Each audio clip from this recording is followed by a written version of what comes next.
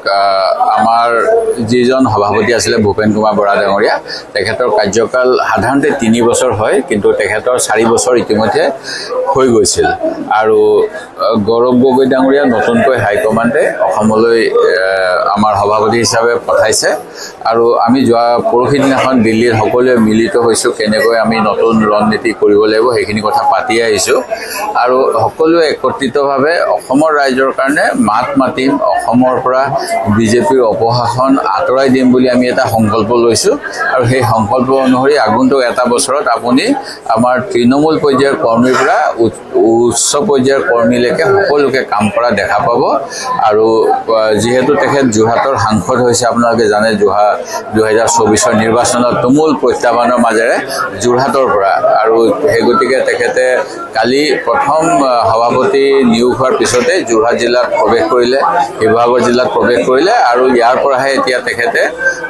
উজনিৰ পৰা গুৱাহাটী হেডকোৱাৰ্টাৰলৈ যাব আমাৰ ৰাজ্যিক ভৱনলৈ আৰু দায়িত্বভাৰ গ্ৰহণ কৰিব আৰু জনগণৰ এটা ইচ্ছা মই ভাবোঁ আছে যে এটা পৰিৱৰ্তন লাগে। বিজেপিয়ে যি পৰিৱৰ্তনৰ কথা কৈছিল 2014 চন অথবা 2016 চনত যি ভাল দিনৰ সপোন দেখুৱাইছিল, এই ভাল দিন কিন্তু ভাৰতবৰ্ষৰ কোনো ৰাইজে এতিয়া বিশ্বাস নকৰে, কাৰণ তেওঁলোকৰ সভাপতিজনে নিজে ক'লে যে নিৰ্বাচনত কোৱা কিছুমান কথা জুমলা হিচাপে গণ্য কৰিব লাগে, কিন্তু আমি নিৰ্বাচনত যি কথা কওঁ কংগ্ৰেছ দলৰ ইতিহাস চাব, আমি নিৰ্বাচনত দিয়া প্ৰতিশ্ৰুতি আংশিকভাৱে হ'লেও পূৰণ কৰিবলৈ চাওঁ। তেওঁলোকে কিন্তু যিবিলাক কথা কৈছিল সেয়া অসমৰ ক্ষেত্ৰত হওক বা সৰ্বভাৰতীয় ক্ষেত্ৰত একেবাৰে জুমলা হিচাপত ব্যৱহাৰ কৰিছে, যিটো আত্ম অভিমান থকা স্বাভিমানী অসমীয়া কেতিয়াও সহ্য নকৰে আৰু ইয়াৰ প্ৰমাণ অলেখ আছে। জাতি মাটি ভেটিৰ কথা কৈছিল, আজি ক'ত জাতি, ক'ত মাটি, ক'ত ভেটি।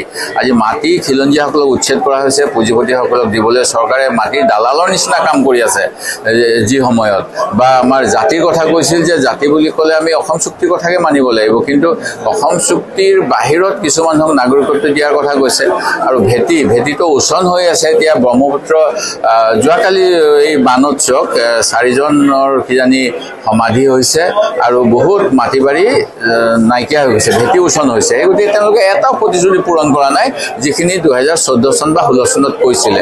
এই গতিকে ইয়াৰ প্ৰত্যাহ্বান নিশ্চিতভাৱে ৰাইজৰ কাম কৰিবলৈ কংগ্ৰেছ দলে কৰিব আৰু আমি আশাবাদী গৌৰৱ গগৈৰ নেতৃত্বত আমি ভাল প্ৰদৰ্শন দেখাম আৰু ৰাইজৰ বিচৰা ধৰণে এটা পৰিৱৰ্তন আমি আনিব পাৰিম।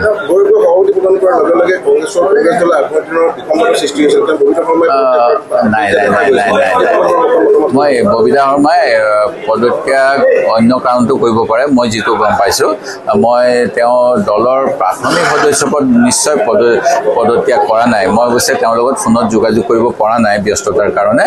মই ভাবোঁ তেখেতে নিজৰ দায়িত্বৰ পৰা কিছু আঁতৰি আহিব বিচাৰিছে। আপোনালোকে জানে তেওঁ এগৰাকী খুব ভাল প্ৰযোজক আৰু নিৰ্দেশক, বিদেশত আপোন মানুহ, তাৰপিছত আমাৰ বিভিন্ন পুৰণা শিল্পী অভিনেতাসকলৰ ওপৰত তেওঁ ডকুমেণ্টাৰী কৰি এৱাৰ্ড উইনাৰ হয় তেওঁ। সেই গতিকে তেখেতে বোধকৰি নিজৰ কামত মনোনিৱেশ কৰিব বিচাৰিছে, কাৰণ তেখেতসকলৰ যথেষ্ট অন্য কামো আছে। তেওঁ এগৰাকী ভাল নেত্ৰী। মই সেই গতিকে তেওঁ দলৰ গৌৰৱ গগৈৰ প্ৰতি বিৰোধ কৰি অহা বুলি মই বিশ্বাস নকৰোঁ।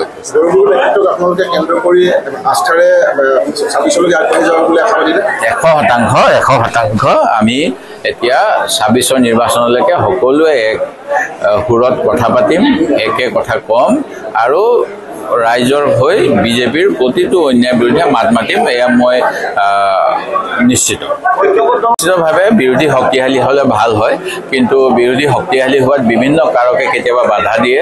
মই ভাবোঁ এই বাধাবিলাক সকলোৱে আত্ম উপলব্ধি কৰিব। অকল কংগ্ৰেছ দল বিগ ব্ৰাদাৰ বুলি কৈ কংগ্ৰেছক দোষাৰোপ কৰি থাকিলে নহ'ব, সকলোৰে নিজৰ আত্মমন্থনৰ দৰকাৰ আৰু ৰাইজৰ স্বাৰ্থত সকলোৱে একগোট হোৱাটো দৰকাৰ। মই ইয়াৰ পোষকতা কৰোঁ, কিন্তু নিশ্চিতভাৱে কংগ্ৰেছক বদনাম কৰি কংগ্ৰেছৰ পৰা আকৌ মানে ভাল এটা মনোভাৱ আশা কৰিব নোৱাৰি। মইতো বাধাৰ কাৰণবিলাক ক'ব নোৱাৰোঁ, কিন্তু আমাৰ বিভিন্ন সময়ত ধৰক এতিয়া পঞ্চায়ত নিৰ্বাচনৰ মাজত এটা উদাহৰণ দিওঁ, সঁচা মিছা এইটো পিছৰ কথা, অখিল গগৈ ডাঙৰীয়াই কৈ দিলে যে ভূপেন বৰাই বোলে ক'ৰবাত গাড়ী কিনিছে। এই কথাটো যদি সঁচা হয় তেতিয়াতো ডাঙৰ কথা। পিছত ক'লে আমি ভাই ককাই এনেই বোলে চুপতি কৰিছিলোঁ, কিন্তু সাধাৰণ মানুহেতো তেওঁলোকৰ বন্ধুত্বৰ কথাটো নাজানে। অখিল গগৈ ডাঙৰীয়াক এজন ৰাজনৈতিক নেতা হিচাপে জানে, ভূপেন বৰা ডাঙৰীয়াক এজন ৰাজনৈতিক নেতা হিচাপে জানে, আৰু দুয়োজন দুটা দলৰ সভাপতি। যদি পঞ্চায়তৰ নিৰ্বাচনৰ মাজত এনেকুৱা এটা মন্তব্য এজনে এজনৰ বিৰুদ্ধে দিয়ে, তে ই কিমান দূৰ ৰাইজক আস্থাত ল'ব, এইবিলাক কথাও আছে। মই আৰু বিশেষ এইবিলাক বিষয়ত আজি ক'ব নিবিচাৰোঁ। सरकार द्वारा अनुमोदित प्रदूषण केंद्र पॉल्यूशन सेंटर बोकाजन असम में स्थापित किया गया है। यह केंद्र वाहनों के प्रदूषण की जांच और प्रमाणन पॉल्यूशन अंडर कंट्रोल के लिए सरकारी मान्यता प्राप्त है। यदि आप इसका हिंदी में एक उदाहरण वाक्य चाहते हैं, बोकाजन असम में सरकार द्वारा अनुमोदित एक प्रदूषण जांच केंद्र स्थापित किया गया है, जहां वाहनों का प्रदूषण प्रमाण पत्र PUC जारी किया जाता है। बोकाजन असम में एक सरकार द्वारा